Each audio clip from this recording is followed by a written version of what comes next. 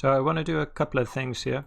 I want to add some velocity to the points before they come into the simulation. So if you remember before, here in the initial data we were generating velocity there. We're pretty much doing the same thing but in the flip source. So I want, say, a little bit of force pushing it down. So I'm going to do minus 0.2. Okay, so you can see that I've got the visualizer turned on, so we can see the point trails. And for in the x-axis, going across this way, I'd like a wave motion. And to generate a wave, what we can use is sine, a sine function. So we call the function and we need some kind of seed inside it. So we can just drop in $f. If I do that and press play, you can see it heading over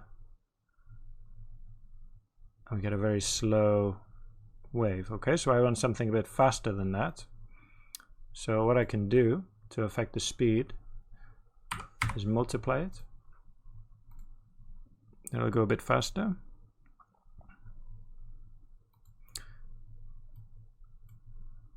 Maybe a bit more, 10. Okay, so we get that nice flickering back and forward wave.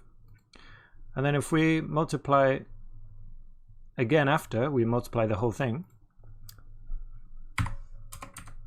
we get a kind of scaling factor. We see we have less velocity there. So it's not just the direction but the magnitude of the velocity there. Cool. And to make sure that so that should get imported into the flip solver.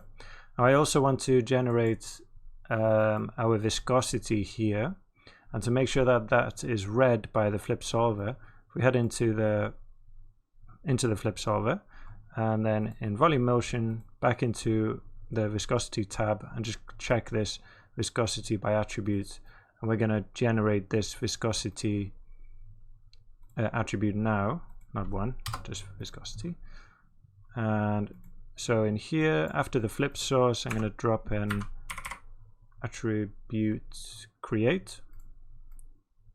There we go, and call it, maybe I'll just copy this, call it viscosity, and it is a float, default of 0, value 100, so essentially the same as what we already had.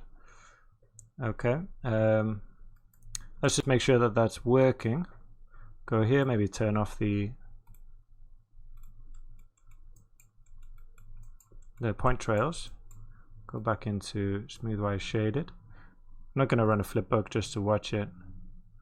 There we go. If I watch it from the side,